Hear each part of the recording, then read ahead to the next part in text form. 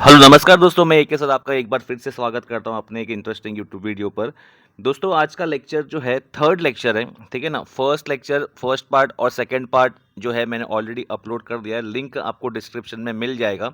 हम लोग कर रहे थे chapter number 1 of economics, introduction to micro and macro का, ठीक है ना। इसमें से जिसमें हम लोगों ने माइक्रो का पार्ट ख़त्म कर दिया था, राइट। माइक्रो का पार्ट हमने अच्छे से समझ लिया, राइट। उसमें भी आप लोगों ने अगर अगर वीडियो नहीं देखा है तो आप फर्स्ट पार्ट और सेकंड पार्ट जाके देख सकते हो। आज हम लोग जो कंटिन्यू करने वाले हैं वो जो है मैक्रो का पार्ट है, राइट।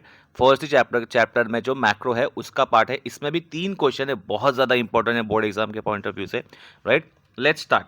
देखो अभी सबसे पहले यहाँ पे मीनिंग की अगर बात करें तो जैसे कि आपको पता है कि मैक्रो इकोनॉमिक का बेसिक मतलब होता है, मैक्रो का मतलब होता है एग्रीगेट, ठीक है ना। एग्रीगेट बोलो या लार्ज बोलो या टोटल बोलो या ऐसा बोलो कि मैक्रो का यूज़ जो होता है बेसिकली इकोनॉमिक्स में, ठीक है ना, वो कोई बड़े प्रॉब्लम का सलूशन देने के लिए होता है, राइट। बड़े प्रॉब्लम का सलूशन देने के लिए होता है, उसको बोलेंगे हम लोग मैक्रो इकोनॉमिक्स। आई होप कि समझ में आ रहा रहेगा। या ऐसे मैंने आपको लास्ट टाइम भी बताया था कि एक सेंटेंस बोला था माइक्रो इकोनॉमिक्स में कि micro economics is a study of a tree and not a forest.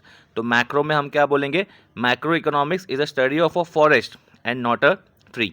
जब भी बात एग्रीगेट की होएगी, जब भी बात नेशन की होएगी, तो मैक्रो इकोनॉमिक के टूल का ही जो है हेल्प लेके सॉल्व किया जाएगा, ठीक है।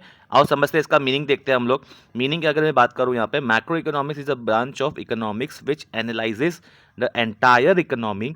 इट डील्स विद द, देखो it deals with total employment, national income, national output, total investment, total consumption, total saving, general price level, interest rate, inflation, trade cycle, business fluctuation, सब में total और aggregate के बारे में लिखा हुआ है, मतलब एक साथ में।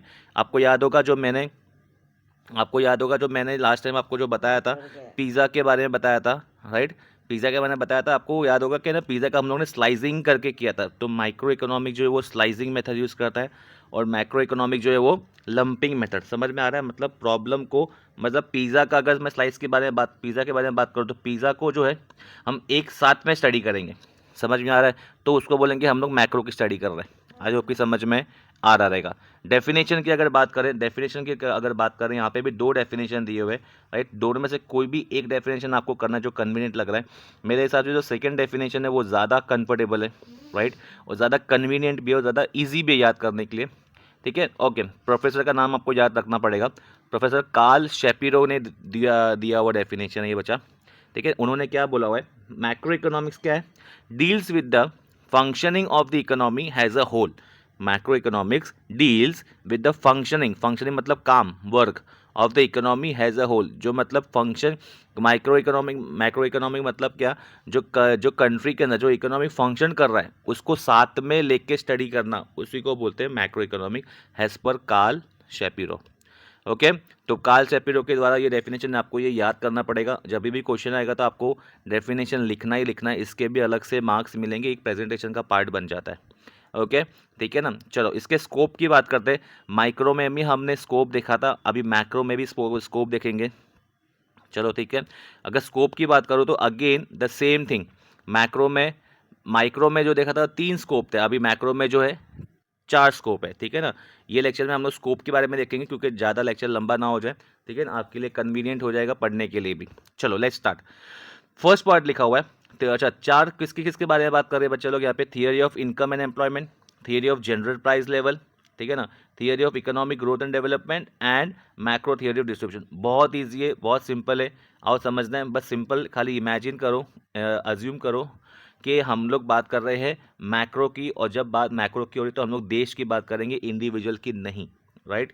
First point, theory of income and employment. Theory मतलब कॉन्सेप्ट, ठीक है ना। अभी इनकम एंड एम्प्लॉयमेंट मतलब क्या बता रहा है कि यहाँ पे इनकम और एम्प्लॉयमेंट के वजह से, इनकम और एम्प्लॉयमेंट की वजह से एक पर्सन या एक पर्टिकुलर चीज़ में कितने लोग कितना कंजम्पशन कर रहे और कितना इन्वेस्टमेंट कर रहे। समझ में आ रहा है, मतलब कितने लोग कंजम्पशन मतलब क्या, कंजम्पशन मतलब वो खर्चा और इन्वेस्टमेंट। सपोज करो कि अगर मेरी सैलरी जो है 1 लाख है, ठीक है ना, तो अगर उसमें से अगर मैं जो है 80,000 जो है 80,000, ठीक है ना, 80,000 जो है मैं अगर उसको क्या करूँगा भाई, खर्चा करूँ, कंज्यूम कर रहा हूँ, ठीक है ना, और बचा कितना मेरे पास, 20,000 बचा, ठीक है। तो बोलने का मतलब क्या हो गया, ये क्या हो गया, मेरा सेविंग हो गया। तो मैं कंजम्पशन कितना कर रहा हूँ 80,000 और सेविंग कितना कर रहा हूँ 20,000। आई होप कि समझ में आ रहा रहेगा, इतना समझ में आया। अब आगे देखो क्या लिखा हुआ है, अब वो पूरा रीड करते हैं। Macro economics analysis explains which factor determines the level of national income and income employment and what causes fluctuation in the level of income output and employment.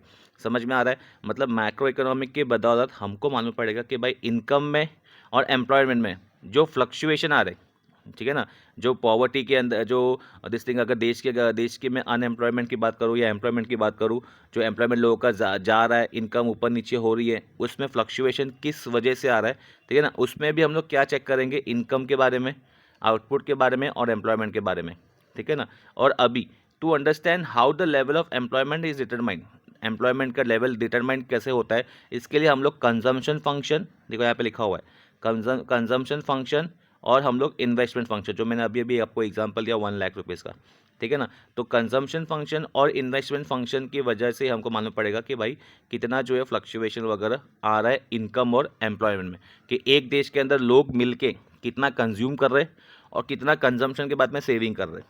Okay, but आगे एक और चीज़ लिखी हुई है, उसके साथ साथ theory of business cycle is also part and parcel of theory of income and employment. जैसे कि आपको यहाँ पे चार्ट में दिख रहा रहेगा ऊपर, देखो theory of income and employment वाला लिखा हुआ है, उसके बाद नीचे जाकर देखो थियरी ऑफ कंजम्पशन एक्सपेंडिचर बना, इसको मिला के ही बोलते हैं थियरी ऑफ, इन दोनों को मिला के बोलते हैं थियरी ऑफ बिजनेस साइकिल। तो ऑब्जेक्टिव में अगर आएगा तो आप इसको आराम से देख लेना।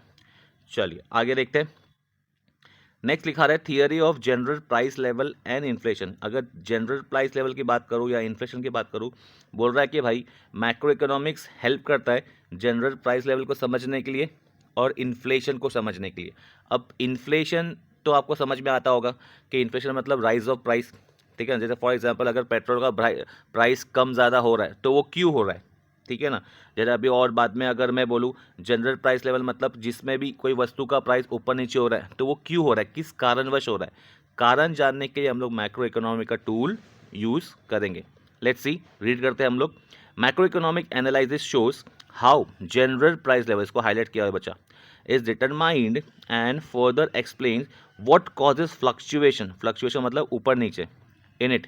The study of general price level is significant. Significant मतलब important on account of problems created by inflation and deflation. Inflation समझता रहेगा आपको, डिफ्लेशन, डिफ्लेशन मतलब फॉल इन प्राइस, इन्फ्लेशन मतलब राइज इन प्राइस, इन्फ्लेशन मतलब राइज इन प्राइस और deflation मतलब fall in price. आयोग की समझ में आ रहा रहेगा। सिंपल भाषा में बोलूँ, प्राइस में उतार चढ़ाव कैसा हो रहा है वो मैक्रो इकोनॉमी की मदद से मालूम पड़ेगा, ठीक है। नेक्स्ट पॉइंट आ रहा है स्कोप में, theory of growth and development, theory of growth and development. अगर मैक्रो की बात करूँ, मैं मैक्रो की बात करूँ तो मैक्रो इकोनॉमिक क्या करता है, मैक्रो इकोनॉमिक जो है, जो जितने भी अंडर डेवलप कंट्री है, जितनी भी अंडर डेवलप कंट्री है उनमें ग्रोथ किस कारणवश नहीं हो रहा है, किस कारणवश नहीं हो रहा है उसको पहले समझेगा और उसके अकॉर्डिंगली वहाँ की गवर्नमेंट जो है पॉलिसीज़ या स्ट्रैटेजीज बनाएगी। समझ में आ रहा है मतलब क्या हो रहा है। अगर मैं देश की बात कर रहा हूँ, मैं सिंगल इंडिविजुअल की बात नहीं कर रहा हूँ, यहाँ पे देश की बात हो रही है। जो भी देश अंडर डेवलप्ड है, ठीक है ना, अंडर डेवलप मतलब एकदम लोअर कैटेगरी का, ठीक है ना, तो उसमें जो है वो डेवलप क्यों नहीं हो रहा, ठीक है ना। अपनी जैसे इंडिया अनडेवलपिंग कंट्री है, यूएसए जो है डेवलप्ड कंट्री है, वैसे और भी कोई कंट्री अंडर डेवलप कंट्री है, उनकी बात हो रही है। तो वो अंडर डेवलप क्यों है, उनका कारण जान के उनको एटलीस्ट स्ट्रैटेजीज कुछ इस तरह अपनाओ कि उन लोग अंडर डेवलप से एटलीस्ट डेवलपिंग तक तो पहुंच सके, ठीक है। लेट्स रीड, ट्राई करते हैं। Macro economics consist of theory of economic growth and development, it explains the causes of under development and poverty, it also suggest strategies for accelerating growth and development. समझ में आ रहा है, तो यहाँ पे under development का पॉइंट लिखा हुआ है, जो भी अंडर डेवलप कंट्री है उसके बारे में और उसकी पॉवर्टी के बारे में समझना, और उसके लिए हमको क्या बनाना है, स्ट्रैटेजीज। स्ट्रैटेजीज का मतलब होता है प्लानिंग, ठीक है ना, प्लान बनाना है। प्लान हमको मतलब गवर्नमेंट को बनाना है ताकि वहाँ की देश की जो है बेसिकली तरक्की कर सके। और लास्ट पॉइंट आ रहा है यहाँ पे कि मैक्रो थियरी ऑफ डिस्ट्रीब्यूशन। अच्छा, जब मैंने आपको बताया था फैक्टर प्राइसिंग के बारे में, फैक्टर जब भी चीज़ आएगी तो आपको याद होगा हमने बात की थी लैंड, लेबर, कैपिटल और एंटरप्रेन्योर। आयोग के आपको समझ में याद होगा, तो उसकी बात ही हो रही है अभी। थियरी ऑफ डिस्ट्रीब्यूशन मतलब क्या, ये चारों चीज़ का ही कितना कंट्रीब्यूशन देश के इनकम में हो रहा है, पढ़ के देखते हैं ताकि समझ में आ जाए और भी क्लियरिटी मिल जाए अपने को। Macro theory of distribution deals with the relative shares of rent, wages, interest, profit. मैंने आपको बताया था कि लैंड, लेबर, कैपिटल और एंटरप्रेन्योर को जो है रिवॉर्ड मिलता है, ठीक है ना। लैंड पे जो है रेंट मिलेगा, लेबर को जो है वेजेस मिलेगा, कैपिटल को जो है इंटरेस्ट मिलेगा और एंटरप्रेन्योर को प्रॉफिट मिलेगा। समझ में आ रहा है मैं क्या बोल रहा हूँ? बोलने का मतलब क्या है कि नेशनल इनकम में टोटल नेशनल इनकम में इन सब का वेटेज कितना है, मतलब कितना रेंट जा रहा है, कितना लोगों को वेजेस मिला हुआ है, कितना इंटरेस्ट कमाया हुआ है कैपिटल पे, और कितना एंटरप्रेन्योर ने प्रॉफिट कमाया हुआ है। तो ये सब जानना भी, ये अमाउंट जानना भी हम लोग मैक्रो इकोनॉमी की मदद से कर सकते हैं। ओके बच्चा लोग, तो ये था अपना स्कोप में कितने थे, 4 टाइप थे। कौन से? Theory of income and employment, theory of general price level and inflation, theory of income and growth and macro theory of distribution. बच्चा ये बहुत ज़्यादा इंपॉर्टेंट है, इसको अच्छे से स्टार्ट मत करो, इसको लिख के प्रैक्टिस करना, ठीक है ना। लिख के प्रैक्टिस करोगे तो बेटर वे में समझ में आएगा, ठीक है ना। ओके, तो अगर आपको वीडियो पसंद आया है तो आप लाइक करो, ठीक है ना। कुछ अगर डाउट है आपके, अगर आपको कुछ क्वायरीज है तो आप प्लीज़ इसको कमेंट कीजिए, ठीक है ना।